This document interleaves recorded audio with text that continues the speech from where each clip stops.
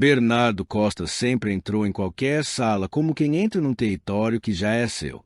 A gravata perfeitamente alinhada, o relógio caro brilhando sob as luzes, a voz firme que não pedia licença. No mundo dele, as pessoas se organizavam ao redor do seu sim ou do seu não. E, por muitos anos, isso funcionou. Funcionou até o dia em que o asfalto molhado, uma curva mal calculada, um caminhão surgindo como uma parede e um som seco de metal esmagando metal rasgaram a certeza de que ele controlava tudo. Quando abriu os olhos, a primeira coisa que sentiu não foi dor. Foi estranhamento. Uma dormência pesada, como se o corpo abaixo do peito tivesse sido apagado. Ele tentou mexer os dedos do pé. Nada. Tentou dobrar o joelho. Nada. A luz branca do hospital parecia mais forte do que deveria. Um bip constante marcava um tempo que não tinha relação com a vida que ele conhecia. Uma enfermeira aproximou o rosto, sorrindo de um jeito profissional. Senhor Bernardo, você está no hospital. Fique calmo. Você sofreu um acidente. Ele engoliu em seco, a garganta arranhando. Minhas pernas. Eu não sinto. O sorriso dela falhou por um segundo. O médico vai conversar com o senhor. Agora, respira. Está tudo bem. Mas não estava. Horas depois, o médico entrou com um prontuário na mão e uma expressão que já carregava notícia antes das palavras. Doutor Henrique era jovem o suficiente para parecer injusto estar ali dizendo algo tão definitivo e experiente o suficiente para não se perder em rodeios. Bernardo, o impacto atingiu a sua coluna. Nós fizemos tudo o que era possível. Você vai precisar de um tempo para entender e para se adaptar, mas a lesão é grave.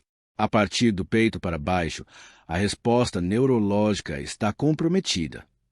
Bernardo encarou o médico como se bastasse encarar com força para fazer o mundo recuar. Comprometida quanto?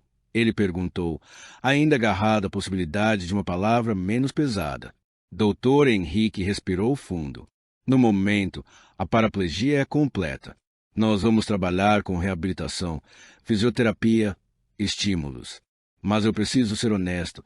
Dinheiro não traz nervo de volta. A frase entrou como uma lâmina. Dinheiro.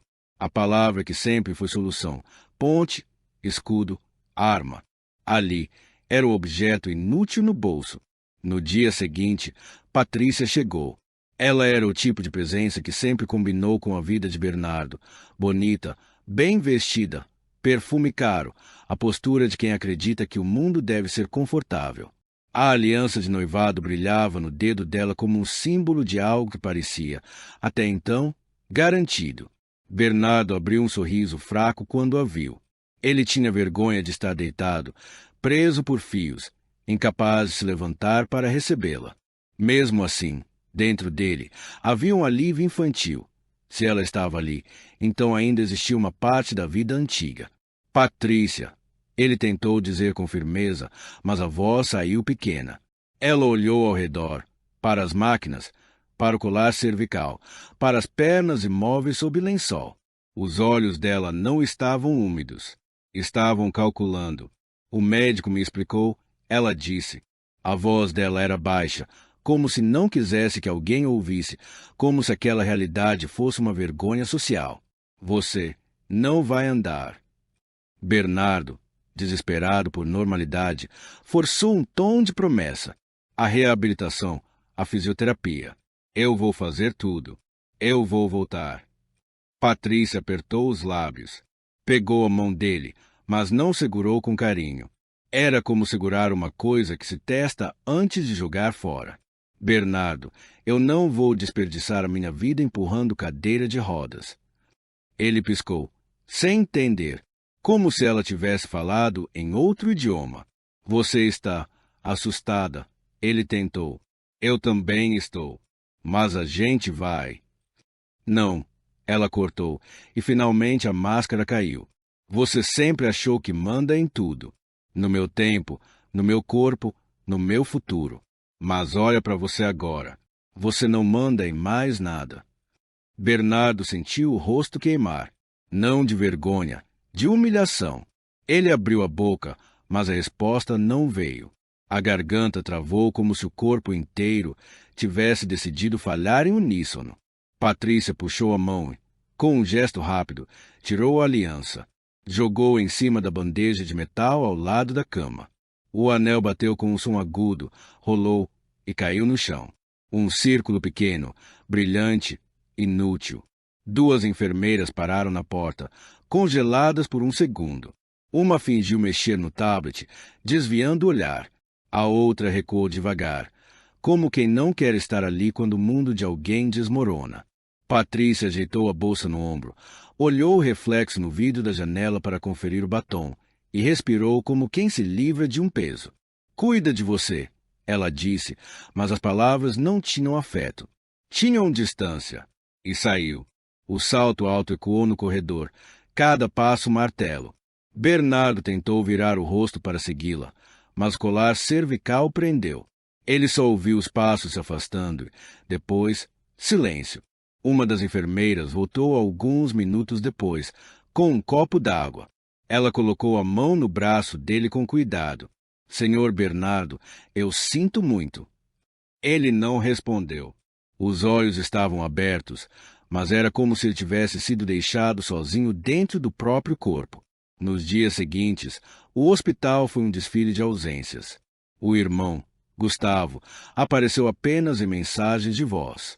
Curtas, secas, como se o sofrimento fosse um assunto incômodo. "Cara, tô numa correria aqui. Negócio pegando fogo. Depois eu passo aí. Força, tá." E a mensagem acabava, sempre com o mesmo força que não sustentava nada. A mãe, Helena, veio uma vez. Entrou apressada, com um lenço na mão e olhos vermelhos. Abraçou o filho com cuidado demais, como se ele fosse um objeto de vidro prestes a quebrar. "Meu filho, meu menino", ela chorou. Bernardo quis dizer que estava ali, que ainda era ele. Quis pedir para ela ficar. Quis pedir para ela ser mãe de verdade e não visitante. Helena passou a mão no rosto dele, beijou a testa, soluçou. Eu não consigo ver você assim." E foi embora antes do horário de visita acabar, como se ficar fosse mais difícil do que fugir. Os sócios mandaram flores, arranjos enormes, cartões com frases prontas. "Estamos com você. Conte conosco. Rápida recuperação." Nenhum deles apareceu. Nenhum deles sentou ao lado da cama para olhar nos olhos de um homem que, até ontem, assinava cheques decidia destinos. Os amigos sumiram. Alguns mandaram mensagens distantes. Outros nem isso. A lista de contatos do celular ficou cheia de nomes que, de repente, não significavam nada. 15 dias depois, Bernardo voltou para casa. A mansão que sempre foi símbolo de vitória agora era um labirinto hostil. Logo na entrada, o degrau de mármore parecia uma provocação. A escada que levava ao escritório no andar de cima, onde ele passava horas comandando vidas, era agora uma parede. O motorista empurrou a cadeira com cuidado. Um funcionário abriu a porta. Bernardo passou pelo hall e sentiu algo que nunca tinha sentido ali: fragilidade. Seu quarto, no segundo andar. O funcionário começou e parou, sem saber como terminar. Bernardo olhou para cima.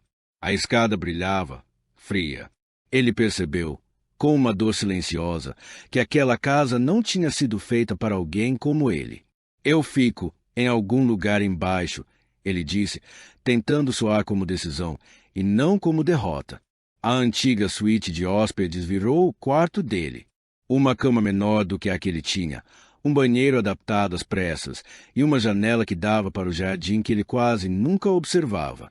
Nos primeiros dias, Bernardo tentou agir como sempre. Mandou, exigiu, reclamou. Contratou cuidadores por uma agência. Vieram profissionais com uniformes, pranchetas, sorrisos treinados. Mas Bernardo não sabia pedir. Ele sabia ordenar. E agora, sem a força do corpo, a voz dele virou chicote. Mais rápido. "Você é lento. Não encosta assim. Você não sabe fazer nada direito." Um cuidador saiu no terceiro dia. Uma cuidadora saiu no segundo. Outro saiu no primeiro.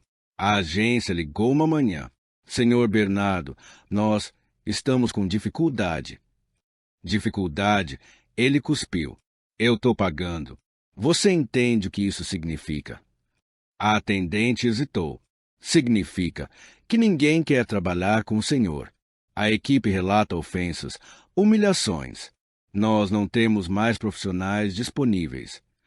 Bernardo desligou na cara dela. O telefone caiu no colo. Ele ficou olhando para a parede, tentando respirar como se a raiva fosse oxigênio. A solidão começou a ter som. Era o som da casa grande demais, vazia demais. O eco do próprio pensamento. O barulho distante de alguém limpando algum lugar da casa. Um silêncio que se esticava até doer. Numa noite, Bernardo decidiu, teimoso, provar para si mesmo que ainda podia dar conta. Queria um copo d'água. Não queria chamar ninguém. Não queria depender. Empurrou a cadeira até a cozinha. A casa estava escura, só com a luz fraca do corredor. A cadeira bateu de leve no batente da porta. Ele tentou ajustar o ângulo. A roda raspou. Ele insistiu. A cadeira não passava. Era larga demais para aquela passagem estreita. Que inferno! Ele murmurou, suando. Esticou o braço, tentou alcançar um copo na bancada. O braço tremeu, desequilibrou. O copo escorregou, caiu. O som do vidro quebrando foi alto, cruel. Estilhaços espalhados no chão. Bernardo congelou. Não podia levantar. Não podia caminhar. Não podia recolher. Ele ficou ali, preso, com a mão suspensa no ar, como se alguém tivesse interrompido a vida no meio de um gesto. Foi então que uma voz surgiu do nada, simples, cansada, real. Não se mexa. Bernardo virou o rosto. Uma mulher estava ali, com um pano de chão numa mão e uma vassoura na outra. Ela parecia parte da casa e ao mesmo tempo invisível. Não tinha perfume caro, não tinha roupa de marca. Tinha olhos atentos e um jeito de quem já viu muita coisa. Quem é você? Bernardo perguntou, desconfiado e irritado ao mesmo tempo. Joana, ela respondeu. Eu trabalho aqui, na limpeza. Faz tempo. Eu nunca te vi. Joana deu um sorriso pequeno, sem alegria. Eu não costumo ficar onde não me chamam. Ela se abaixou com cuidado, recolheu os cacos, varreu os estilhaços para um canto, limpou o chão como quem devolve ordem a um caos. Depois pegou um copo limpo, encheu de água, aproximou da boca dele. Bernardo hesitou, o orgulho como uma pedra na garganta. Mas a sede venceu. Ele bebeu. Joana ficou ali, em silêncio por alguns segundos, observando a mão dele tremer, a expressão dele tentando fingir que nada era humilhante. Então ela disse, como quem oferece uma ponte. Se o senhor quiser, eu posso cuidar do senhor. Bernardo riu, um riso curto e amargo. Você? Uma faxineira. Joana não se ofendeu. Só respondeu com calma. Eu sou alguém que está aqui. E o senhor está sozinho.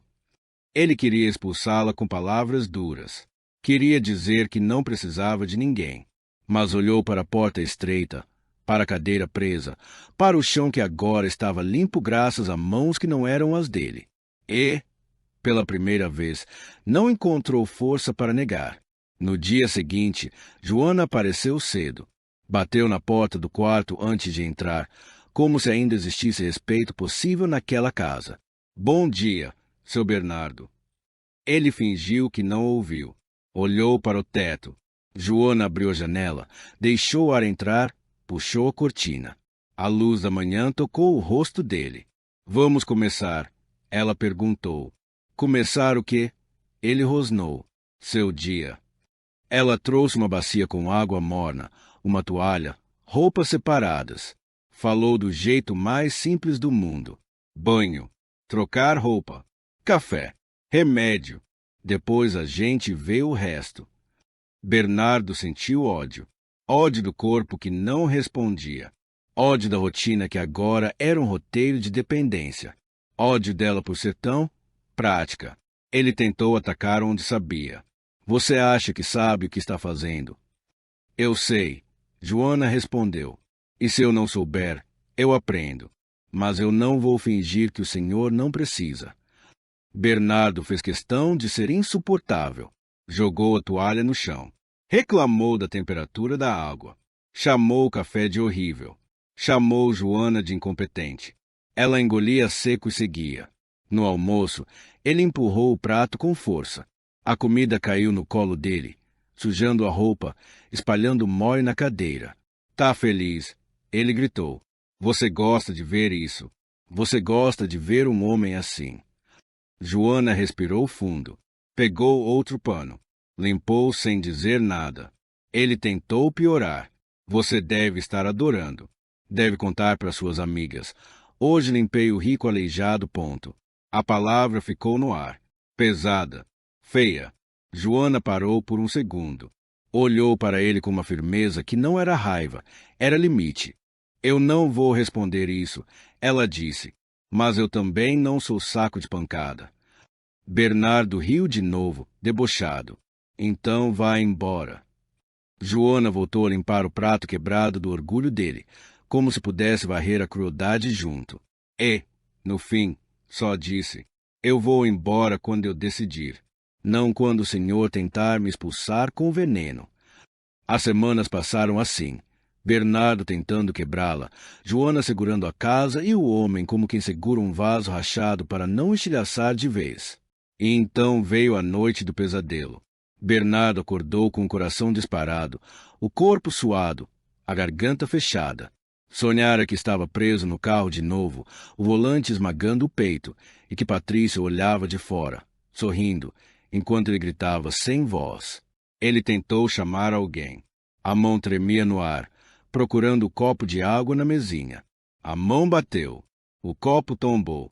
A água se derramou sobre o lençol, fria, invadindo a pele. Droga! Joana! Ele gritou. Joana apareceu rápido, cabelo preso às pressas, olhos ainda carregados de sono. O que foi? Olha o que aconteceu. Ele apontou para a cama molhada como se fosse culpa dela. Joana pegou toalhas, começou a trocar os lençóis com rapidez. Bernardo tremia, não só de frio, de pânico, de vergonha. Você não sabe, você não entende, ele começou, e a voz falhou. Joana parou, segurando o lençol. Olhou para ele, e a voz dela saiu baixa, dura, verdadeira. Eu entendo mais do que o senhor imagina. E eu vou te dizer uma coisa, seu Bernardo, um dia eu vou cansar. Ele franziu a testa. Como assim?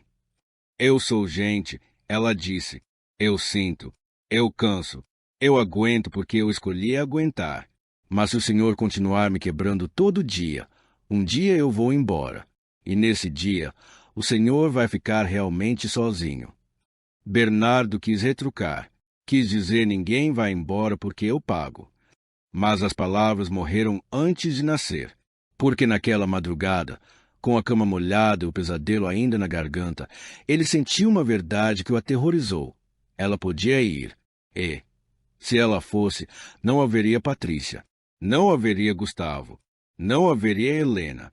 Não haveria ninguém. No dia seguinte, Joana fez café como sempre. Colocou a xícara perto dele.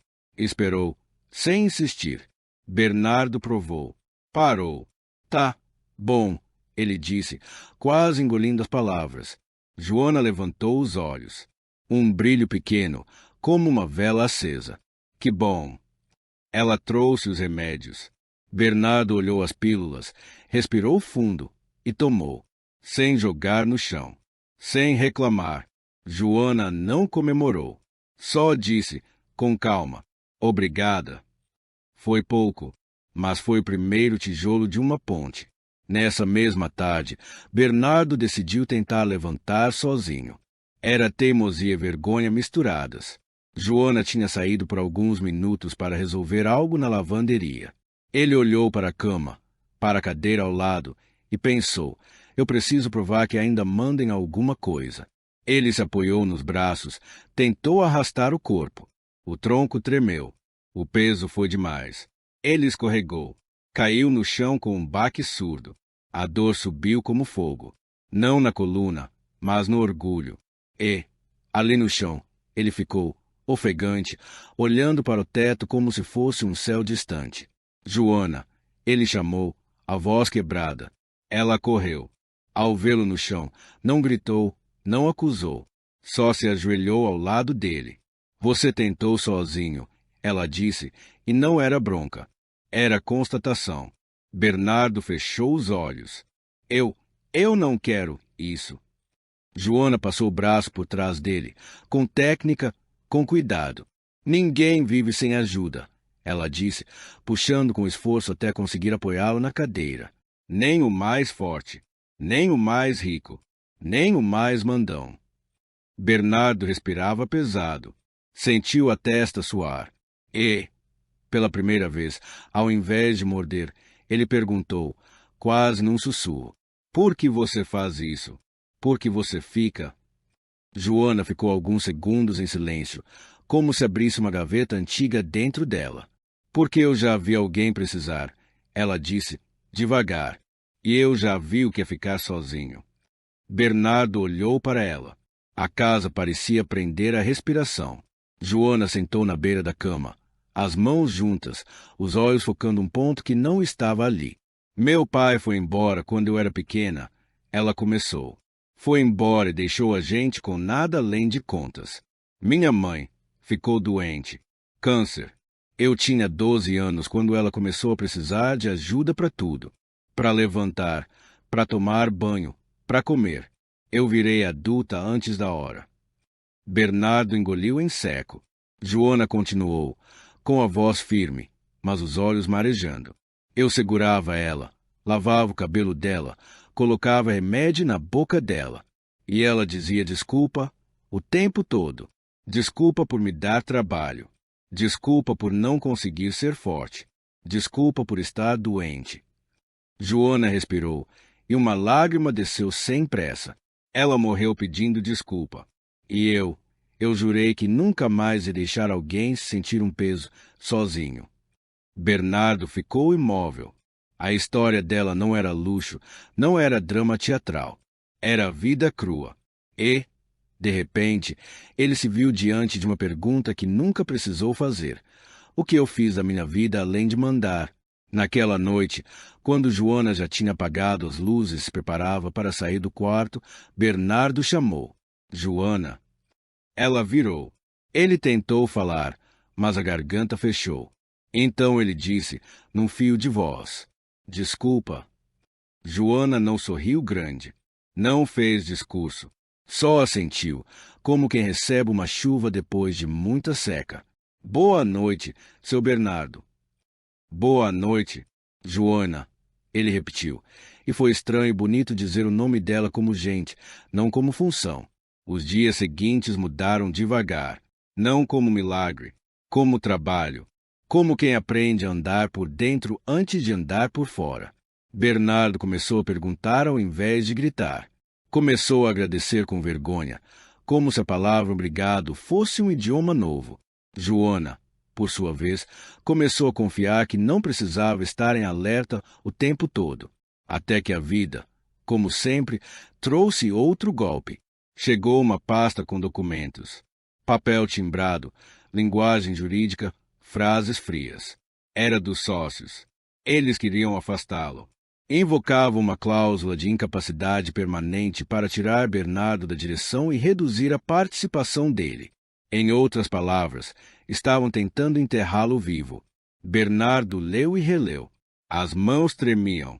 Ele murmurou. Eles vão fazer isso. Joana ficou atrás dele, lendo por cima do ombro. Quando terminou, ela fechou a pasta com firmeza. Não vão, ela disse. Bernardo soltou um riso sem humor. Você não entende. Eles têm advogado, têm influência, têm. E você tem 40%, Joana respondeu.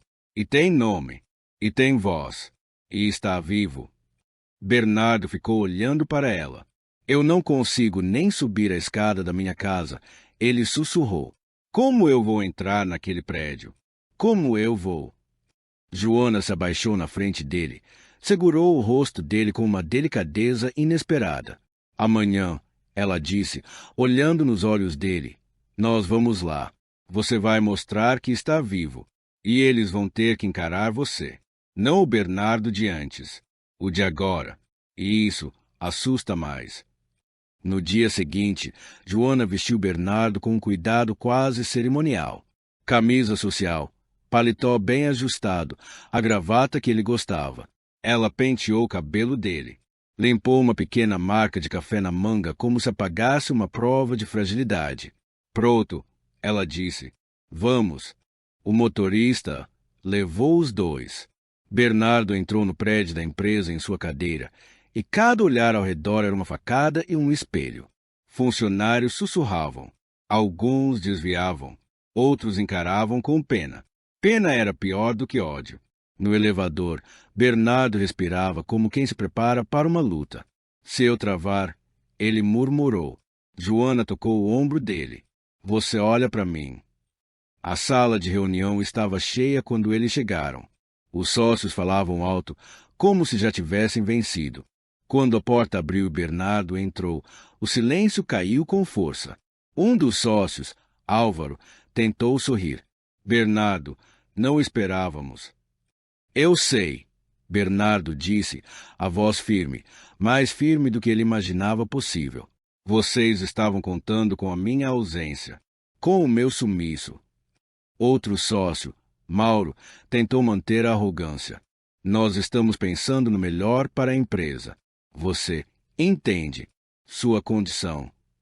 Bernardo ficou parado na cadeira, mas a presença dele ocupou a sala inteira. Minha condição não muda uma coisa, ele disse. Eu tenho 40%. E eu não assinei nada. Se vocês tentarem me tirar com cláusula, com papel, com mentira, eu entro na justiça. Eu exponho tudo. E eu levo essa empresa comigo se for preciso. Os sócios trocaram olhares. O advogado pigarreou. Álvaro tentou suavizar. Não precisamos brigar. Podemos negociar. Bernardo respirou, e então disse a frase que nem ele sabia que tinha guardado. Vocês mandaram flores quando eu estava no hospital. Bonitas, caras, mas não mandaram presença. Agora eu estou mandando a minha. Ele olhou um por um e finalizou. Eu não sou um cadáver com terno. Eu sou o dono, e vocês vão ter que lidar com isso. Na volta para casa, no carro, Bernardo ficou em silêncio por muito tempo. Joana observava pela janela, respeitando o espaço dele, até que ele falou, olhando para as mãos. Eu fiz isso com pessoas. Joana virou o rosto. Eu passei por cima. Ele continuou, a voz pesada. Eu humilhei. Eu usei. Eu larguei gente no chão e fui embora como se não fosse nada. Ele engoliu em seco. Eu lembro de rostos. Eu lembro de frases. Eu lembro de uma lista inteira. Joana esperou. Bernardo pegou o celular naquela noite e abriu o bloco de notas. Escreveu um título, Desculpas, e começou a listar nomes. 1, 2, 5. Quando percebeu, eram 47. 47 pessoas. Ele passou dias ligando, um por um. Alguns desligaram na cara. Alguns riram, incrédulos. Alguns choraram. Alguns disseram tarde demais. Uma ex-funcionária, Camila, falou com voz dura. Você me fez duvidar de mim por anos. Bernardo fechou os olhos. Eu sei. Eu sinto muito. Eu não posso apagar. Mas eu posso reconhecer. Um ex-amigo, Renato, disse, eu te procurei quando meu pai morreu. Você disse que estava ocupado. Bernardo respirou fundo. Eu estava ocupado, sendo um idiota. Me perdoa por isso. Nem todo mundo perdoou, mas Bernardo continuou. Por quê? Pela primeira vez, ele entendeu que pedir perdão não era uma moeda. Era um ato de responsabilidade. E, junto com as desculpas, veio a fisioterapia. Doutor Henrique reapareceu na vida dele como profissional e como testemunha de uma nova fase. A clínica tinha cheiro de álcool, borracha, esforço. No primeiro dia, colocaram Bernardo entre barras paralelas. O corpo dele tremia como se fosse feito de papel. 2 passos, Dr. Henrique disse. Só 2. E não é vergonha se for só isso. Bernardo segurou as barras com força. O pé direito não queria obedecer. O esquerdo parecia uma coisa estranha, como se não fosse dele. Joana estava ao lado, segurando a cintura dele com cuidado. Você consegue, ela disse perto do ouvido. Respira. Bernardo puxou ar e deu um passo. Um passo que parecia atravessar um continente. Depois outro. E então o corpo falhou e ele quase caiu, mas Joana segurou. O suor escorria pelo rosto dele. A raiva subiu. Isso é ridículo, ele rosnou. Eu era. Você era muita coisa, Dr. Henrique interrompeu. Agora você é alguém que está tentando. Isso vale mais do que o passado. No segundo dia, foram 5 passos. No quinto dia, 15. Em cada avanço, o corpo respondia um pouco mais. E, em cada queda, Bernardo aprendia uma coisa que nunca aprendeu sentado em cadeiras de couro: paciência. À noite, Joana massageava as pernas dele, ajudava nos exercícios, colocava gelo quando doía, aquecia quando travava. E, sem perceber, eles começaram a criar uma intimidade que não tinha nada a ver com luxo e tudo a ver com cuidado. Um dia, Bernardo estava sentado no jardim, olhando as árvores que antes eram apenas parte da paisagem de propriedade. Joana estava ao lado, dobrando roupas numa cadeira. Eu tenho medo, Bernardo disse, do nada. Joana não se assustou. De quê? De voltar a ser quem eu era, ele confessou, baixinho. De melhorar e esquecer. De me sentir poderoso, virar aquele homem de novo. Joana olhou para ele com uma seriedade calma. Então lembra, ela disse. Lembra do chão da cozinha. Lembra do copo quebrado. Lembra do silêncio do hospital. Lembra de mim dizendo que eu posso ir embora. Bernardo engoliu em seco. Eu não quero que você vá. Joana baixou os olhos, como se aquela frase tocasse algo perigoso. O tempo fez o que o tempo faz, aproximou. Numa noite, depois de um dia difícil de fisioterapia, Bernardo estava exausto, deitado. Joana sentou na beira da cama para ajustar o travesseiro. Joana, ele chamou. Sim. Ele respirou fundo. As palavras saíram.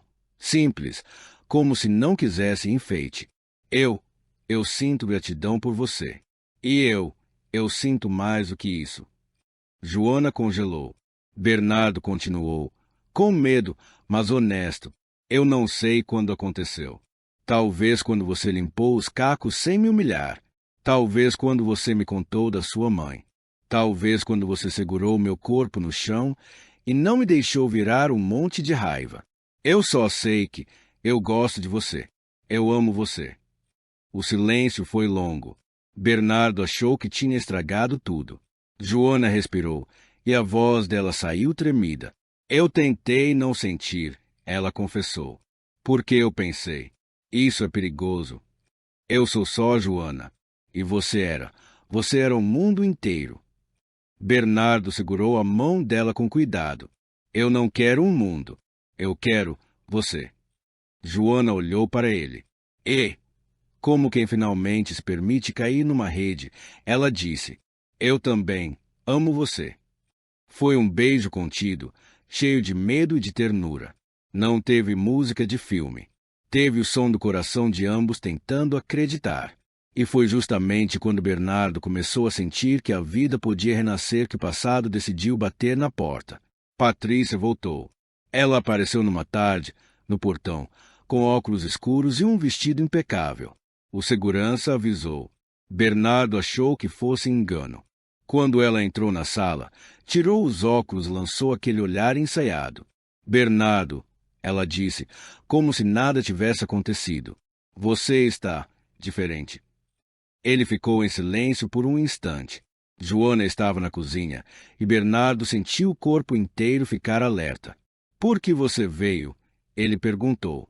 Patrícia caminhou pelo ambiente como se ainda fosse dona dali. Eu soube que você está melhorando, que você voltou à empresa, que você... está retomando a vida. Bernardo percebeu o subtexto. Não era saudade. Era notícia.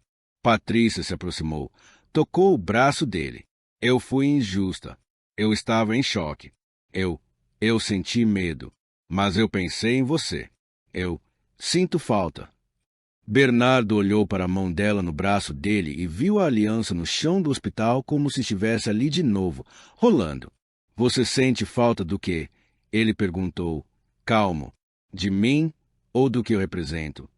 Patrícia apertou os lábios. Bernardo. Ele respirou fundo. Você me deixou quando eu não podia te oferecer conforto. Você me disse que não ia desperdiçar sua vida comigo. E eu entendi uma coisa desde então. Você não amava o homem.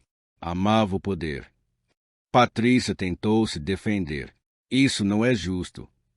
Bernardo balançou a cabeça. É a verdade. Ela tentou mudar a estratégia, o tom ficando doce. Nós podemos recomeçar. Não, ele disse, firme, sem raiva. Eu não quero. Patrícia ficou dura. Você está me trocando por quem? Pela empregada. Antes que Bernardo respondesse, Joana apareceu na porta da cozinha. Parou ao ver Patrícia. O olhar dela não era de briga. Era de alguém que não precisa disputar, porque já estava ali de verdade. Bernardo olhou para Joana e disse, com clareza, eu estou com a Joana. E ela é a única pessoa que ficou quando eu era só ruína. Patrícia ficou vermelha, de raiva e vergonha. Pegou os óculos, colocou de volta como máscara e saiu sem dizer adeus. 2 dias depois, Gustavo apareceu. E, como se fosse um espetáculo, Helena veio junto. Entraram com sorrisos ansiosos, como se a melhora de Bernardo fosse um convite para retomar a vida que abandonaram. Meu irmão. Gustavo abriu os braços. Caramba, você tá melhor. Eu sabia que você ia dar a volta por cima. Helena chorou fácil, como sempre, mas agora as lágrimas tinham pressa. Meu filho, graças a Deus. Bernardo ficou olhando para eles por alguns segundos, e foi como olhar para fantasmas que tentavam voltar a ser família só porque era conveniente. Vocês vieram porque eu melhorei, ele disse. Gustavo riu. Sem graça. Não fala assim. Cara, a gente teve nossos motivos. Motivos? Bernardo repetiu. Você mandava áudio de 15 segundos. Minha mãe veio aqui uma vez e foi embora porque não aguentava me ver. Vocês me deixaram sozinho. Helena levou a mão ao peito. Eu sofri. Bernardo, eu sofri muito. Mas não ficou, ele disse, e a voz dele não tremeu. Sofrer de longe é fácil. Gustavo tentou impor presença.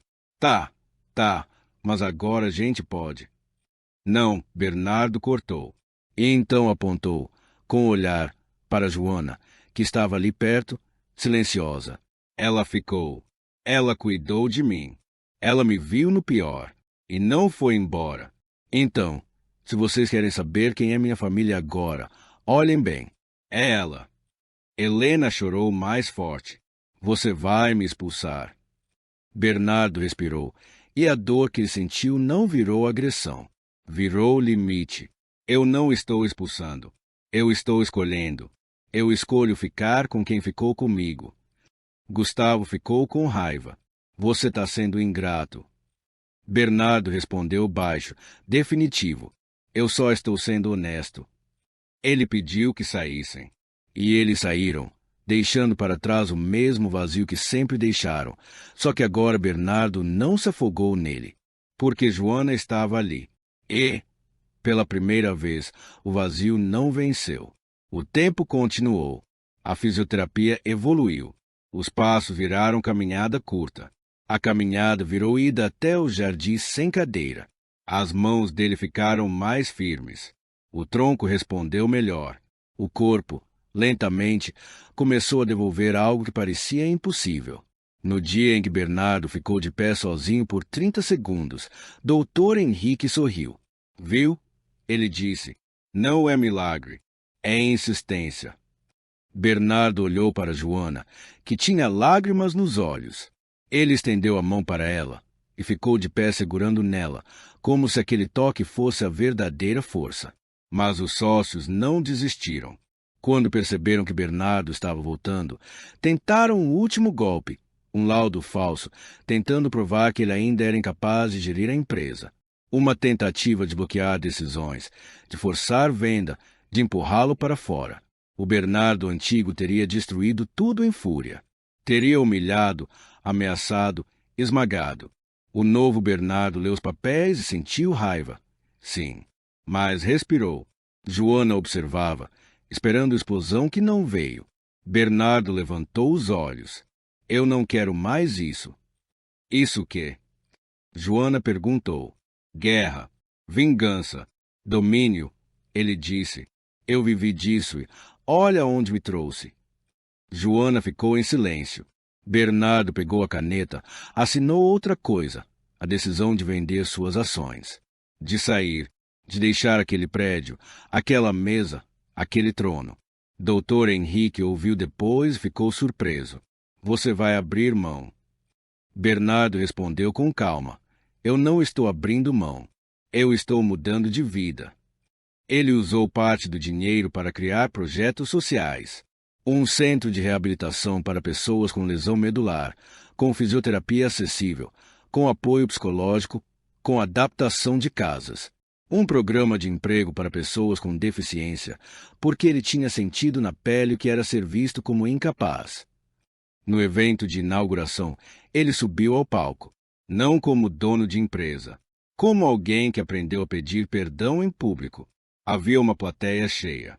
Gente que ele tinha chamado de inútil. Gente que ele tinha ignorado. Gente que ele tinha esmagado com palavras. Bernardo segurou o microfone e a voz dele saiu firme, mas humana. Eu fui um homem duro, ele disse. Eu achei que força era mandar. Eu achei que respeito era medo. E eu machuquei pessoas. Eu perdi pessoas. E eu quase perdi a mim mesmo. Ele respirou, olhou para o público. Eu não estou aqui para parecer bom.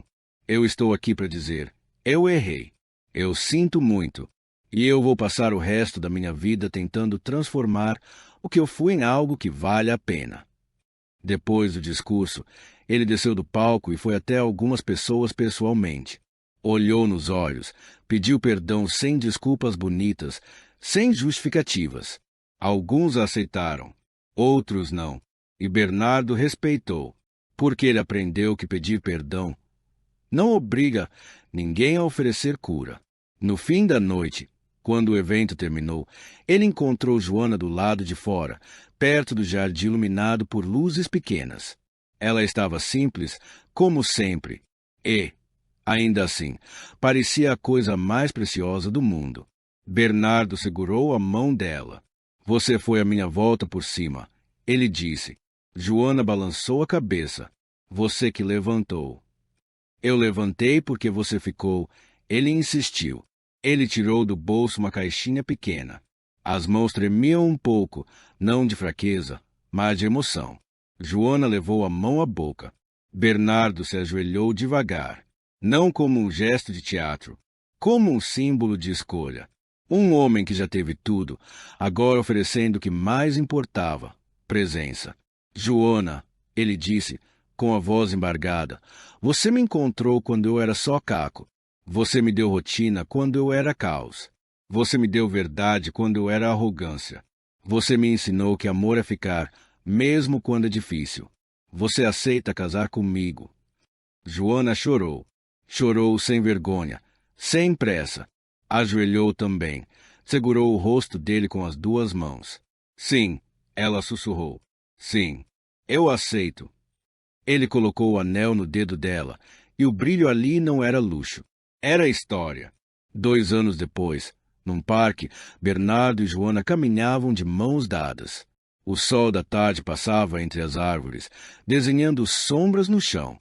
Bernardo andava com passos firmes, ainda com uma leve lembrança do que foi, como uma cicatriz que não dói mais, mas ensina. Joana apertou a mão dele. Você pensa naquele dia? Ela perguntou.